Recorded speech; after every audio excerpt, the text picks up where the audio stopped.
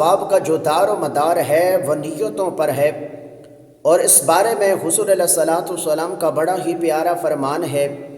حضرت عمر رضی اللہ تعالی عنہ سے روایت ہے کہ میں نے حضور علیہ الصلوۃ والسلام کو یہ ارشاد فرماتے ہوئے سنا،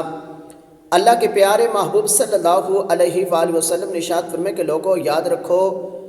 اعمال کی صحت اور اجر و ثواب کا جو دار و مدار ہے وہ نیت پر ہے۔